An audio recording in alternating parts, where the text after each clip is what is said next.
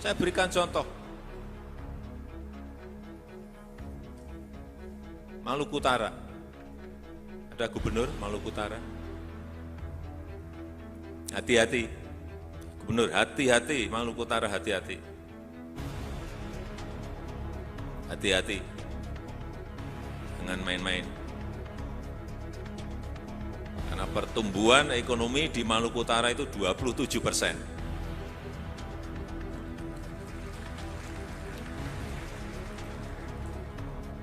Pertumbuhan ekonominya sudah tinggi sekali, paling tinggi di dunia di Maluku Utara itu.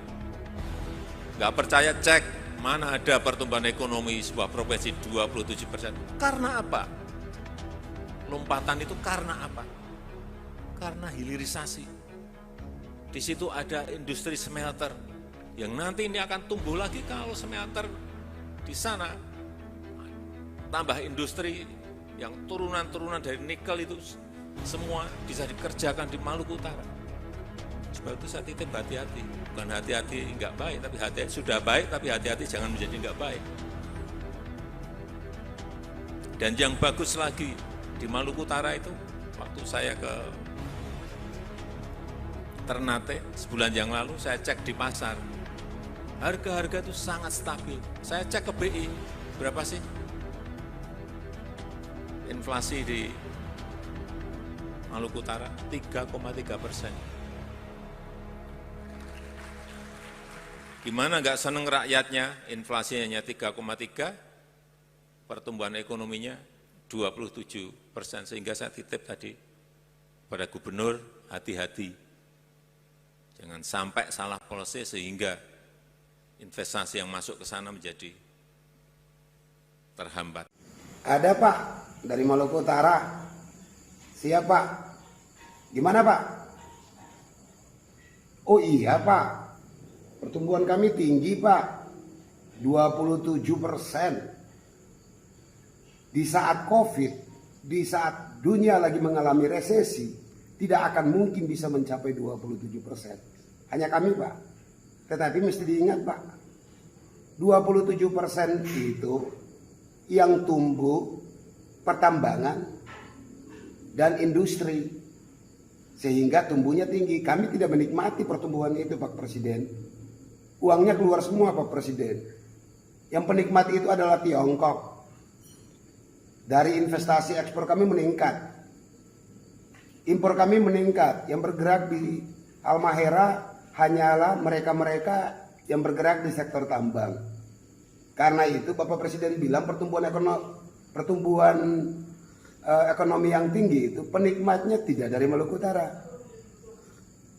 Kalau Bapak Presiden datang ke Ternate mengunjungi Bank Indonesia, lalu Bank Indonesia menyebut 3,3%, Bapak Presiden bisa cek juga konsumsi rumah tangga kami cuma 2,1. Bahkan konsumsi per kuartal 3 minus 0,48, artinya daya beli kami menurun Pak Presiden.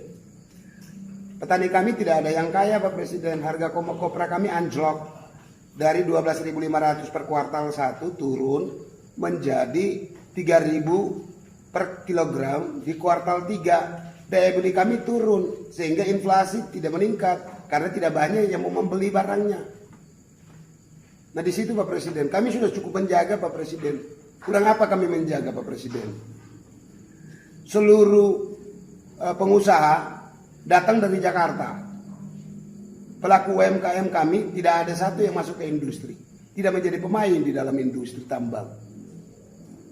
Kami saking menjaganya industri, upah minimum regional untuk sektor pertambangan, walaupun ekonominya tumbuh 27% disumbangkan oleh sektor pertambangan, tapi UMR-nya tidak naik Pak Presiden. Yang kami naikkan 4% hanya untuk UMKM, agar UMKM membayar gaji lebih banyak, si tambangnya tidak perlu bayar gaji lebih banyak. Itu cara kami menjaga Pak Presiden. Kami siap terus menjaga Pak Presiden, walaupun kami harus miskin dalam bahagia. Terima kasih Pak Presiden atas miskin kami yang penuh kebahagiaan. Wassalam. Bicara nikel adalah bicara pelanggaran Undang-Undang Dasar 45 Pasal 33 di dalam kelolaannya di zaman ini. Pasal yang mengatakan untuk hajat hidup rakyat dikuasai negara telah disalahartikan, telah disalahgunakan dan didiamkan. negara yang dikelola oleh pemerintah telah memberikan kekayaan negara kepada negara lain dalam hal kelolaan sumber daya alam milik hajat hidup rakyat. Alhamdulillah, saat ini 90% perusahaan Tiongkok sudah menguasai tambang nikel di Indonesia. Mereka mengendalikan harga dan mereka mendapatkan keuntungan terbanyak dari nilai tambah dari industri turunan tambang nikel tadi. Tapi kalau dipikir-pikir nggak apa-apa juga sih, karena kita bukan negara Indonesia yang punya Undang-Undang 45, tetapi sudah jadi Wakanda yang lebih maju dan tidak perlu lagi Undang-Undang 45. Kan Wakanda adalah salah satu provinsinya Tiongkok, makanya penjualan harta tersebut dimasukkan kategori suksesnya kelolaan negara Wakanda, di mana hilirisasi nikel adalah kewajiban untuk meningkatkan nilai tambah dan penyerapan tenaga kerja di Wakanda. Dan sekali lagi, alhamdulillah sudah terserap lebih dari 100.000 tenaga kerja. Saat ini industri turunan dari nikel baru pada nikel pig iron yang diproses, kemudian masuk ke ferronikel yang semuanya juga milik kakak tertua, milik Tiongkok perusahaannya. Nantinya Wakanda harus bisa menghasilkan prekursor. Prekursor adalah suatu bahan atau komponen yang mengandung nikel yang dibutuhkan untuk baterai. Namun untuk sementara hal ini dikerjakan di mainland, di tanah leluhur kakak tertua, di Tiongkok. Yang nilai tambahnya tertinggi tidak dikerjakan di Wakanda. Bahkan tidak boleh dapat manfaat dari mineral tanah jarang lainnya yang menempel pada nikel tersebut. Perusahaan Big Brother Tiongkok yang dengan 100.000 lebih tenaga kerja dari mainland Tiongkok per tahunnya, kakak tertua sudah menghasilkan 450 triliun rupiah, yang mana Wakanda hanya mendapatkan dari pajak 10%, dan itu harus cukup. Sesungguhnya jumlah itu tidak sebanding, sangat tidak sebanding seharusnya. Tetapi gubernur Tiongkok di Wakanda ada jatah preman yang mana bisa untuk membiayai media mainstream dan buzzer rupiah. Untungnya lagi, rakyat Wakanda bodoh semua termasuk bosman. Jadi bisa percaya bahwa pendapatan perusahaan kakak tertua naik 25%, dibilang Wakanda yang untung. Ya percaya saja, untung kok.